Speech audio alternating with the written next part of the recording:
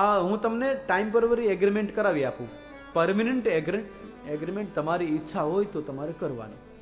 હા, ઠાકોરજી આજે આપણા દુલ્હા છે. હે, આપણે જો ઠાકોરજીને સાચી રીતે સમજવા હોય ને કે ભગવાન કેવા છે એ સમજવા હોય તો કેવી રીતના સમજવા જોઈએ? આપણી દીકરી માટે આપણે કંઈક છોકરો જોવા જતા હોય ને એવી રીતના ઠાકોરજીને સમજો. અહીંયા વ્યાસજીએ ભગવાનના સ્વરૂપ દર્શનનું વર્ણન એવી રીતના જ કર્યું છે. સચ્ચિદાનંદ રૂપાય વિશ્વોત્પત્યાદિ હેતવે તાપત્રય વિનાશાય શ્રી કૃષ્ણાય વયમ નુમઃ કહ્યું. વ્યાસજીએ બહુ વિચારીને શ્લોક લખ્યો છે. આપણે દીકરી માટે કોઈનો દીકરો જમાઈ જોવા જતા હોય તો કેટલા જણા જઈએ?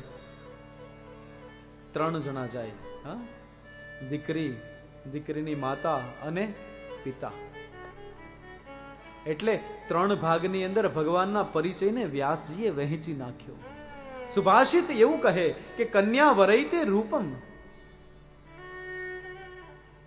3 જણા જોવા ગયા હોય મૂર્તિયાને તો પેલા કોણ જોવે? પેલા દીકરી જોવે કે દેખાવ કેવો છે. હે ને, મા બાપ તો સાથે ગયા પણ બધાથી પેલા દીકરી પસંદ કરે જમાઈને.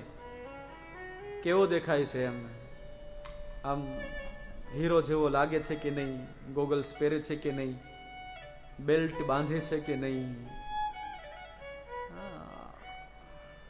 આપણી આ તકલીફ છે. પેલાના યુગમાં તો જોવાના રિવાજ જ ન હતા, સમજી લો ને. હા, પેલા દીકરી એના પિતાને કહેતી. પિતા જોવા જતા હોય ને તો દીકરીને કહે, બેટા હું તારા માટે કેવો વર પસંદ કરું.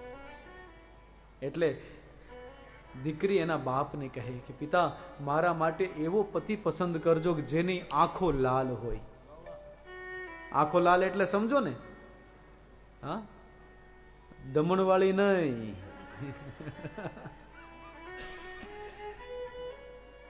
આંખો લાલ એટલે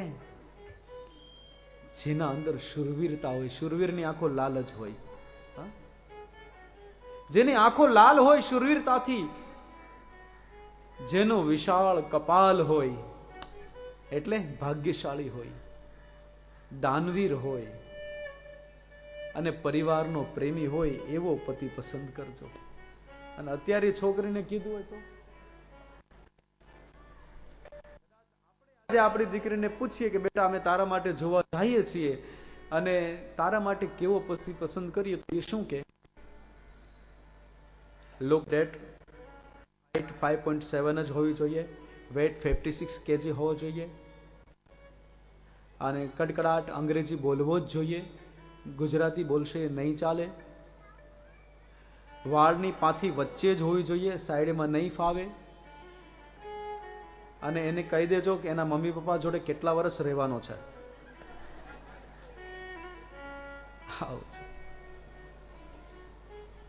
દીકરી સ્વરૂપને જોવે એટલે વ્યાસજી મહારાજે આ શ્લોકના પેલા ચરણમાં ભગવાનના સ્વરૂપનું વર્ણન કર્યું. સચ્ચિદાનંદ રૂપાય 3 સ્વરૂપના ભગવાન બતાવ્યા. કેવા? એક સત્ય સ્વરૂપ, બીજા ચિત સ્વરૂપ અને ત્રીજા આનંદ સ્વરૂપ. બધાથી પહેલા ભગવાનને સત્ય સ્વરૂપ કયા. ઠાકોરજી સત્ય છે અને સત્યથી બીજો કોઈ પર્યાય શબ્દ છે જ નહીં. હા, જ્યાં સત્ય છે ત્યાં જ ઈશ્વર છે અને જ્યાં ઈશ્વર છે ત્યાં જ સત્ય છે. બીજે ક્યાંય જ્યાં સત્ય નથી ત્યાં ઈશ્વર નથી અને જ્યાં ઈશ્વર નથી ત્યાં સત્ય નથી. એક સત્ય સ્વરૂપ કયા. સત્ય છે એ વ્યાપક છે. આ પૃથ્વીમાં જે જે વસ્તુ વ્યાપક છે એ બધી જ ભગવાન છે.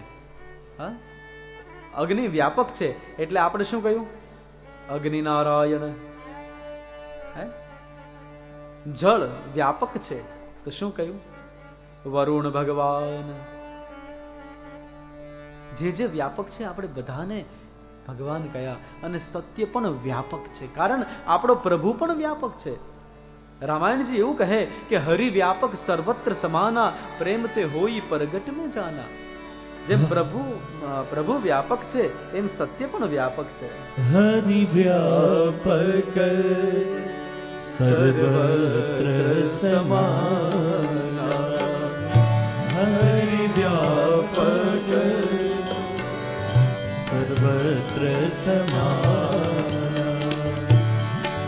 તે પ્રગટ હોઈ મેં જાના, પ્રેમ તે પ્રગટ હોઈ મેં જાના, હરિ વ્યાપક સર્વત્ર સમાયા, હરિ વ્યાપક સર્વત્ર સમાયા.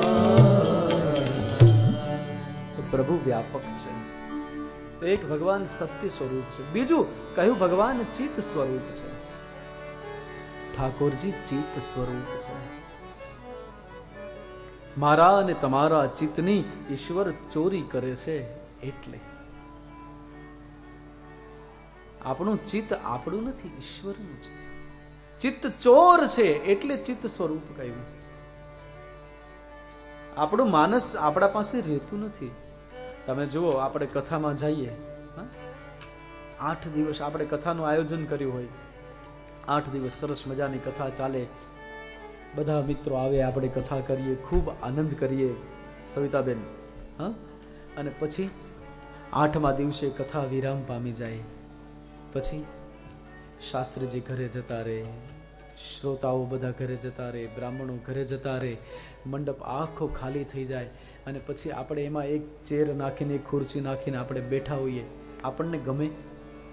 ના ગમે. કેમ? તો કે આપણું ચિત્ત છે એ આપણું નથી રહ્યું, એ પ્રભુ કથાની પાસે ચાલી ગયું છે. હવે જ્યાં સુધી પ્રભુ કથા નહીં આવે ત્યાં સુધી આ ચિત્તને ચૈન નહીં આવે. અર્થ એ થયો કે પ્રભુની કથાએ આ ચિત્તને ચોરી લીધું, એટલે ભગવાનને કયા ચિત્ત ચોર. એટલે બીજું સ્વરૂપ થયું ચિત્ત સ્વરૂપ. અને ત્રીજું ભગવાનનું સ્વરૂપ કહ્યું આનંદ સ્વરૂપ. સત ચિત આનંદ, સચ્ચિદાનંદ રૂપાય. ત્રીજો સ્વરૂપ કહ્યું આનંદ સ્વરૂપ. આનંદ વગર ક્યારેય પરમાત્મા કોઈને મળ્યો નથી, અને આનંદ વગર કોઈ દિવસ કોઈને પરમાત્મા મળશે નહીં.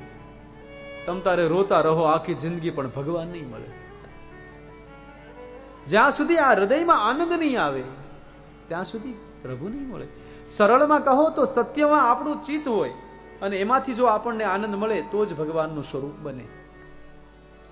તો આટલું સુંદર સ્વરૂપ છે તો કન્યાને ગમે તો ખરું ને?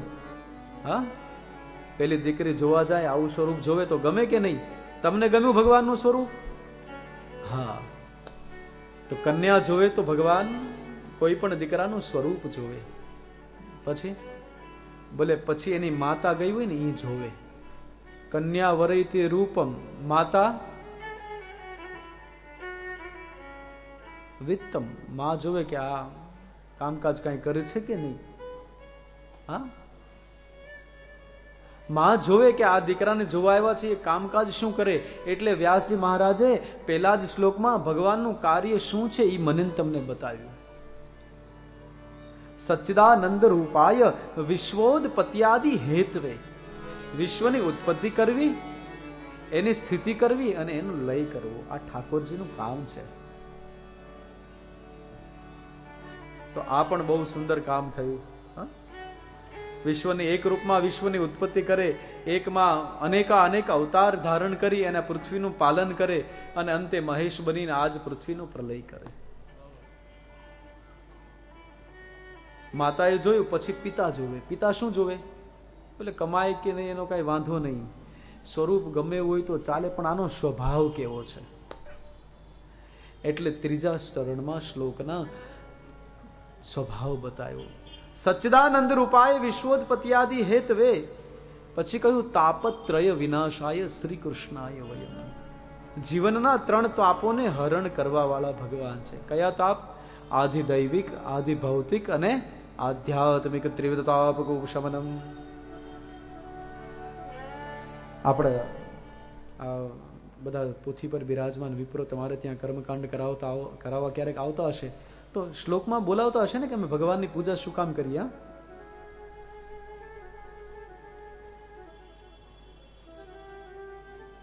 ત્રિવિધ તાપકોપશમનાર્થે ભગવાન નારાયણ ષડાંગ પૂજનં ચ કરીશે, આવું કરીને સંકલ્પ કરાવતા હશે. તો એ 3 તાપો કયા? આધિ દૈવિક, આધિ ભૌતિક અને આધ્યાત્મિક. આ 3 તાપ કયા? સંસ્કૃત ન સમજાય તો ગુજરાતી. કયા? તો કે આધિ વ્યાધિને ઉપાધિ. હકીકતમાં તો આ પ્રાસ માટે આવું બોલાય છે, આધિ વ્યાધિ ને ઉપાધિ. હકીકત જુઓ ને, જિંદગી જુઓ તો આ ત્રણેય જીવનમાં આવે, પણ કેવી રીતના આવે? આધિ, ઉપાધિ ને વ્યાધિ. પેલા આધિ આવે જીવનમાં. આધિ એટલે શું? બોલે અભાવ. કોઈ પણ દુઃખ આપણને છે, મારા પાસે ગાડી નથી, બંગલો નથી, દીકરો નથી, આ જે અભાવનું દુઃખ છે એને કહેવાય આધિ. તો માણસ શું કરે? બંગલો ન હોય તો શું કરે? 5-25 ઘરમાંથી કાઢે, 5-25 મિત્રોના ગોતે, 5-25 ની લોન લે, પછી 1 કરોડનો બંગલો બનાવે. કેમ? અભાવ છે, નથી એટલે. પછી એ બંગલાની સામે 12 ગાડી મૂકી દે. તો આધિની પૂર્તિ કરી નાખી. અભાવ હતો, આધિ હતી એટલે એની પૂર્તિ કરી. દુઃખ હતું તો શું આ બંગલો આવી જવાથી સુખ આવ્યું? આવ્યું ના. આવે તો પણ કેટલો ટાઈમ? બોલે 4 મહિના, 6 મહિના, 8 મહિના માટે. પછી બોલે પછી કાંઈ નહીં, ઓલા જે માર્કેટમાંથી પૈસા ઉપાડ્યા હોય એના ફોન આવે. પછી સુખ નો આવે, ફોન આવે. એમ કે ભાઈ પેલા તું 5 લાખ લઈ ગયેલો, એમ કેલું 2 મહિનામાં આપી મૂકા, તારો ફોન બી નહીં આવે, ફોન બી નહીં લાગે. ઘણા તો ફોન ન ઉપાડે. બોલો, પૈસા લેવાના નીકળતા હોય, બોલો લેણા વાળો ફોન કરે તો ફોન ન ઉપાડે.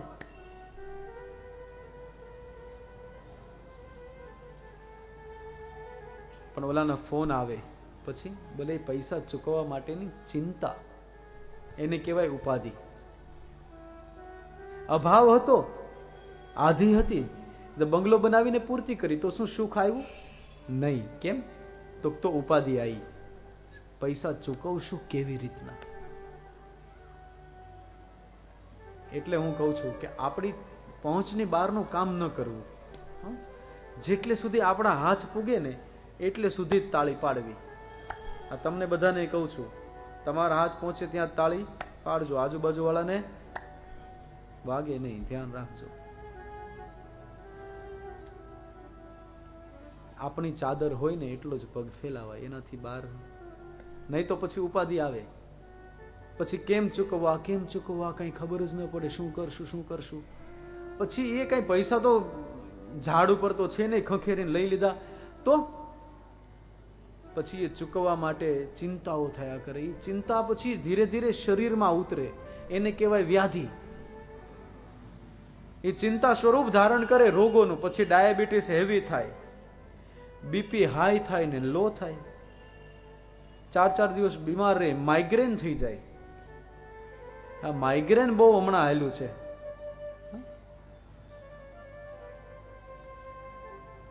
અમારે એક દાદા જપ કરે, જપમાં બેઠા હતા, નીકળે, ઉભા થઈને ચાલુ, કા માઇગ્રેન નો પ્રોબ્લેમ છે? જપ કરવા બેઠા એમાં માઇગ્રેન ક્યાં નડે તમને? ના ના, હું મનમાં વિચારું એટલે મને માઇગ્રેન થવા જ મળે. દાદા જય શ્રી કૃષ્ણ. માઇગ્રેન નવું નામ છે, માથું દુખે એનું નવું નામ છે માઇગ્રેન. કોઈ પણ સભામાં બેઠા હો, મજા ન આવે, છોડીને જવું હોય, કોઈ પણ પૂછે ભાઈ કેમ? માઇગ્રેન છે.